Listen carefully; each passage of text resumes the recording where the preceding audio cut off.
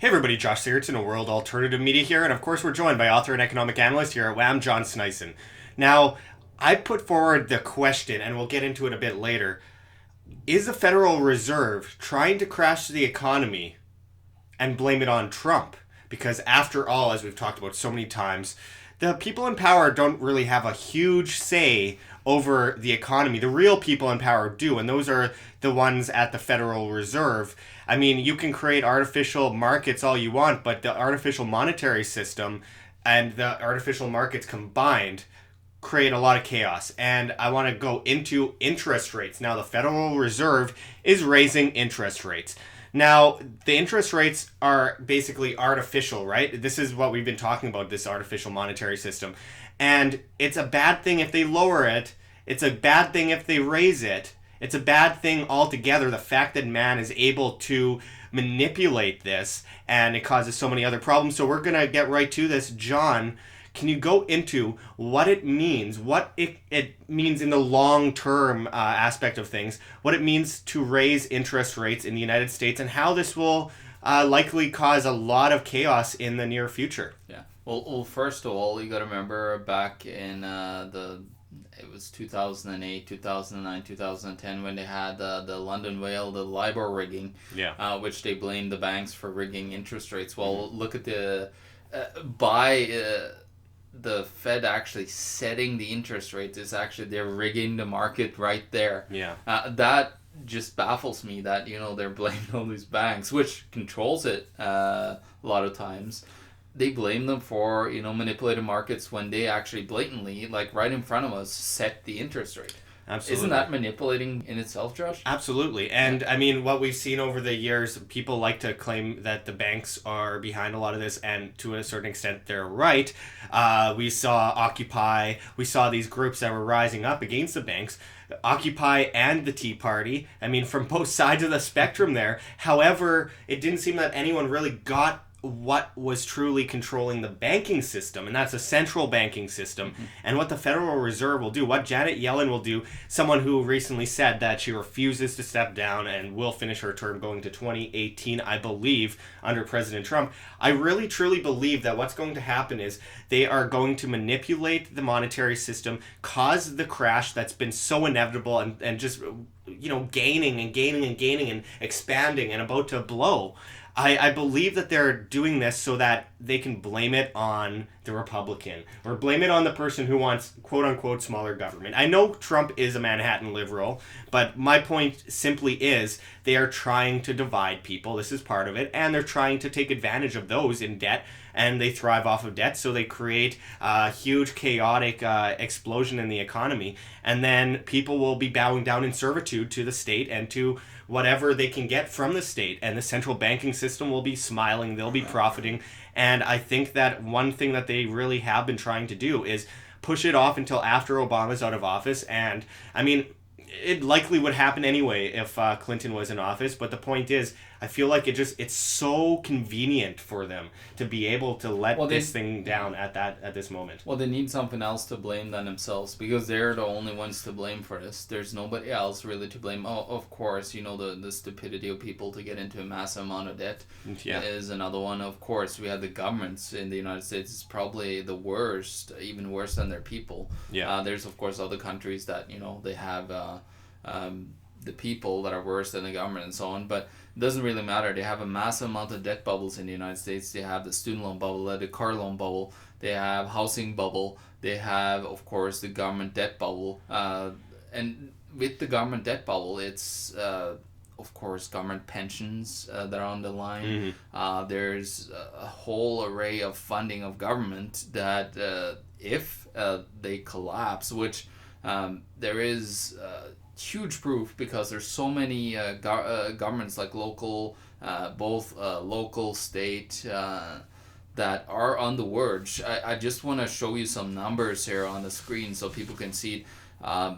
Because in the United States currently they say that the economy is great, the economy is thriving and so on. Well, there is, I want to see which states that really is. If you actually look at the labor participation rate that's in the United States, that's one thing. It's way off. It's actually like just going up and up and up.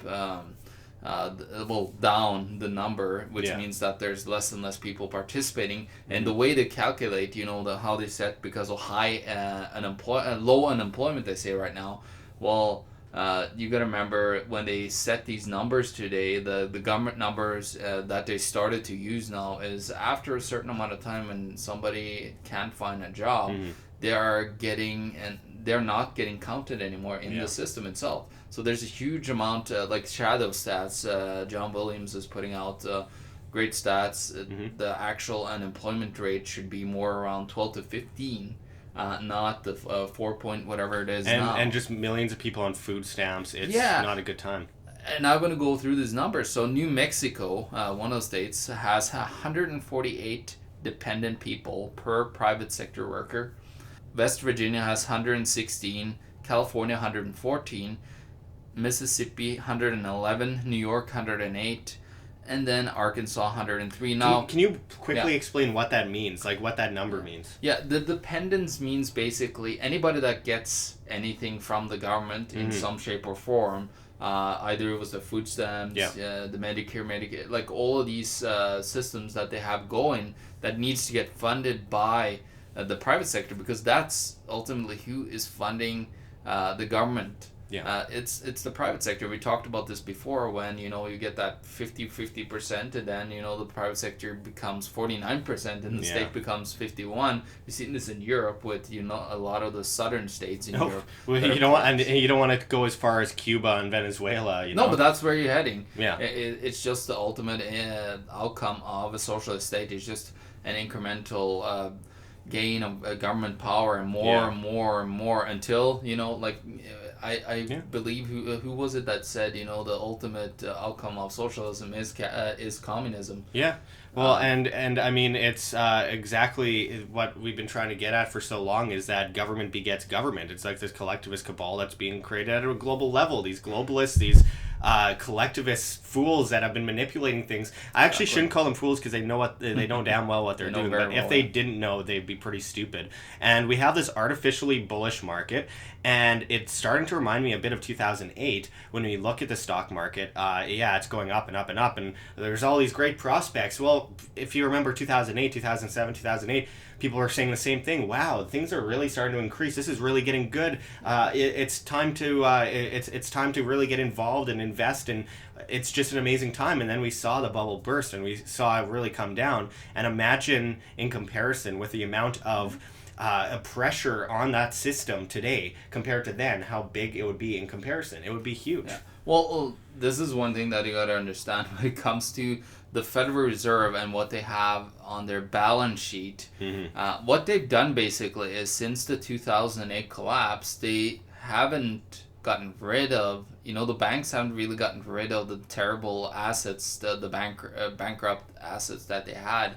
They have just basically moved them onto the Federal Reserve's balance sheet, and their reserves, they've been buying mortgage-backed securities, the collateralized debt obligations, and a whole bunch of government debt. They literally have bought government debt. So because nobody wants the United States debt anymore, they see that the inevitable is there, that they can't ever pay off that debt. So nobody wants to touch the United States anymore with a 5-foot pole, like borrowing money to them, which means that the only buyer currently of the United States debt is the central bank, that should do nothing else. If I don't think it should exist, but if it were to do something, it should only create money. That's the only thing that it should go back to free markets and competing currencies and allow individuals to decide their fate and demand. And I think with Donald Trump, there is a lot of good stuff about, less regulations. I love it. Less pressure on the small businesses too, because of course the way that they do it is they try and regulate in favor of small businesses against the big businesses. But what they do is they regulate and they cause small businesses to be unable to compete, and competition is dried up, and no one innovates, and you just have these giant state-run monopolies or state-subsidized monopolies or state-favored monopolies. And with Donald Trump getting rid of these regulations, that's a great thing. For every one regulation to get rid of two, That's an interesting idea, and I prefer just get rid of them completely. I mean, let the individual decide and let the non-aggression principle take hold and voluntary individuals. But the fact is, as long as this central banking system is artificial monetary system is in place, it won't make that much of a difference. Yeah, you'll bring some jobs back, you'll bring some money back to the country, but you still have this fiat empire that's being pushed on us and has been for over 100 years. And you're still going to end up with the same end result. So you can, create a billion regulations and become full communist and have the central bank doing the same thing. You can get rid of a whole bunch of regulations and be basically conservative or even further along libertarian and still have this central banking system. No matter which way you go, as long as that apparatus is there, you're going to have the same problems eventually. It's always going to perpetuate the, create money out of thin air, which devalues, which causes debt and inflation. And then you artificially manipulate the interest rates. So, John, can you quickly just mention the difference between, of course, artificial interest rates and natural interest on wealth? Yeah, well, what interest is in itself is when, you as an individual borrow money to somebody and not money out of thin air, commercial bank created as it is today. You actually, let's say that you had $100,000 and you borrowed 10,000 to me because you see that I have something really valuable that I want to create. Yeah. Well, you of course want a little bit back for borrowing that money to me. Yeah. So you say, well, John, I want 1.5% back. It doesn't have to be the amortized,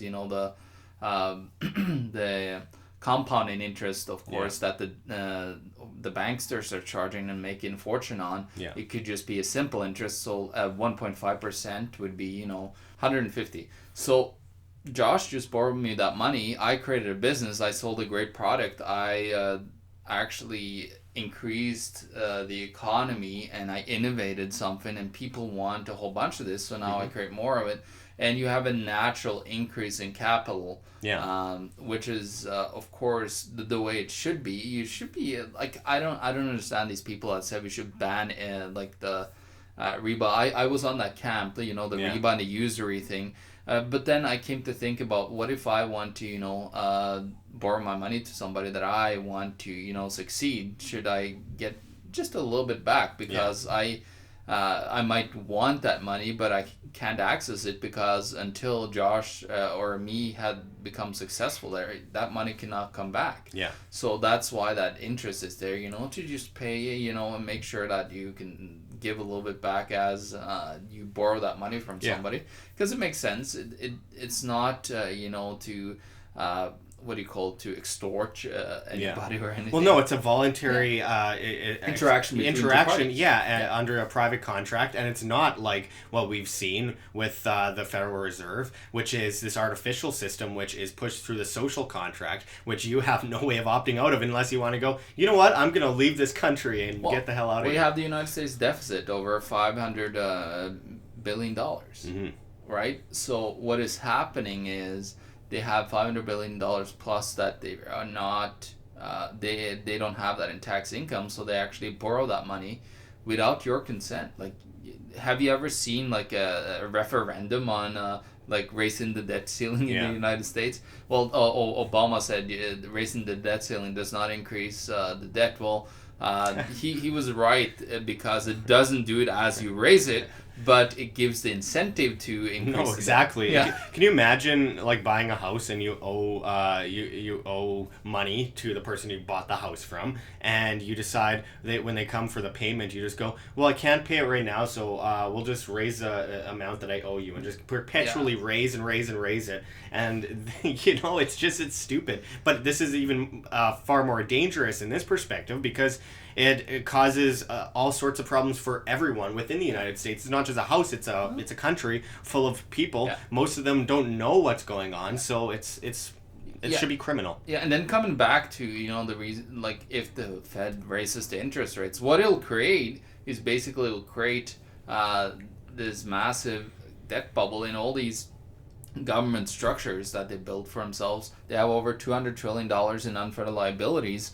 And what is happening is there's nobody that could ever pay that, or like they would have to either go into a massive, substantial amount of debt or tax you 95% of your income. Yeah. That's your only choice. Yeah, that's your only choice. There's no way out of this. The only way out of this is either abolish the stupidity of the government and all the debt creation and so on, and have a debt jubilee. I think that's the only way you can get out of this because, of course, the banksters has been colluding to, incentivize the government to borrow a whole bunch of money so they can make a ton of money on these little fees and interest rates that they charge. So what we need to do is we just need to start from scratch, I believe, because this is it's getting to a point where there's no sense of even continuing. Like you have these people that want continuous quantitative easing or do this or that. It's not going to help anybody. All that it's going to do is just going to perpetuate this massive bubble that we're in. And it's going to blow up at any given moment, and it's going to get worse. You're going to get more people unemployed, more distortion between rich and poor. What these socialists are saying, we need to tax people more. No, we don't need to tax people more. That's a stupid idea. Hegelian. Yeah, it's problem, reaction, solution. And repeat. What we need to do is we just need to say, we need to just let these socialist governments completely collapse in on themselves, which they would eventually. We just need to let it happen because they were unsustainable in the way they were created. There was mass amounts of government compared to the private sector. So we just need to basically completely free the markets. Yeah. Let it collapse. Start from scratch with free markets instead of the same perpetual system over and over again. Hopefully, this is of course some dream that me and Josh and a couple other people have around the world.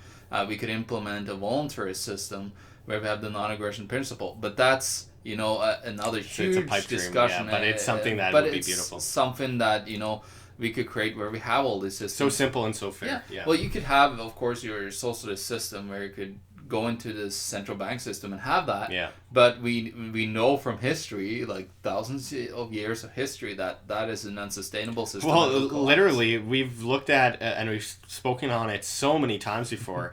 It's been almost 1,000 years, 1024 AD in China, when we saw this crazy fiat system arise out of just the hands of a bunch of central planners that wanted to control and manipulate the people and push them into debt, thrive off that debt, push them into servitude through that debt. And, we're watching that happen right now, and you'd think we'd learn, but we haven't. So the fact is, we should lay out a bottom line for people right now because, the problem is we see all these problems, but what's your solution for the people? And if not that they'd ever listen or care because they're evil individuals, but to the Federal Reserve, to Janet Yellen, why she should just abolish the Fed while she's in. I know it's not going to happen, but hey, that would be interesting. I think this is a call, and it's just I know it's not going to happen, but this is a call to Donald Trump, get Ron Paul in as the next chair of the Federal Reserve, and then have him abolish it completely. First audit everything, imprison all of the criminals, and then abolish it. Because this is a criminal racket. It's the biggest fraud in humankind history that we've seen on a global scale, guys.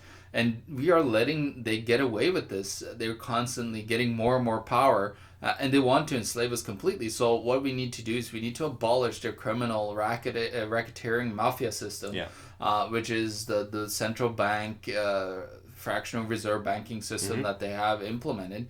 And then we just need to get back to a place where we could voluntarily use whatever currency or trade with whatever we think is fair, has a fair value if it's our time. Yeah. The only prosperous system ever, really. Yeah, exactly. So you could just use any currency that you want, any money that you want, and people say, oh, that'd be complete chaos, how would the stores keep track? Well, you would probably have stores saying, well, I don't want to accept, your time. Well, let's be real. People aren't stupid. Stores would say, I want gold. This store would say, I want gold. Most of them would have a uniform currency that they'd accept, but then individuals can exchange their currency as well. And the free market will choose its currency. That is not going to be controlled by a central racket anymore. That's about demand. It's going to be created in some form or shape. It could be a cryptocurrency that are decentralized, but I think we need a decentralized system that has nobody can control it centrally whatsoever. Yeah, absolutely. Well, Wrapping it up, then I'll just say that I really do believe exactly what you're talking about. We need that free market system. We need to be able to choose our demand as individuals and not have this artificial system basically forcing us into ruin by manipulating the markets and manipulating the monetary system and causing just this absolute servitude to the state. That's what it's all about. Is in the end, it's about enslavement. There's no better way to enslave the populace than through money, and then to use their good intentions against them to say, hey, we're going to manipulate the markets as well because it's so we can stop big bad monopolies and stop big bad businessmen, when in reality it causes that very issue. So thank you very much, John. We'll get into this much more in the future, as we always do. It's such an important issue. And check the links below. GoFundMe, Patreon. We can't do it without you. Any donation is very much appreciated. And of course, check out our offer for Anarchapulco in Acapulco, Mexico. You can save 10% on your tickets to Anarchapulco by typing in promo code WAM. That's WAM. So check that link below, everyone, and we'll be back at you with much more. This is Josh Sigurdson and John Sneisen signing out from World Alternative Media. Find the truth, be the change.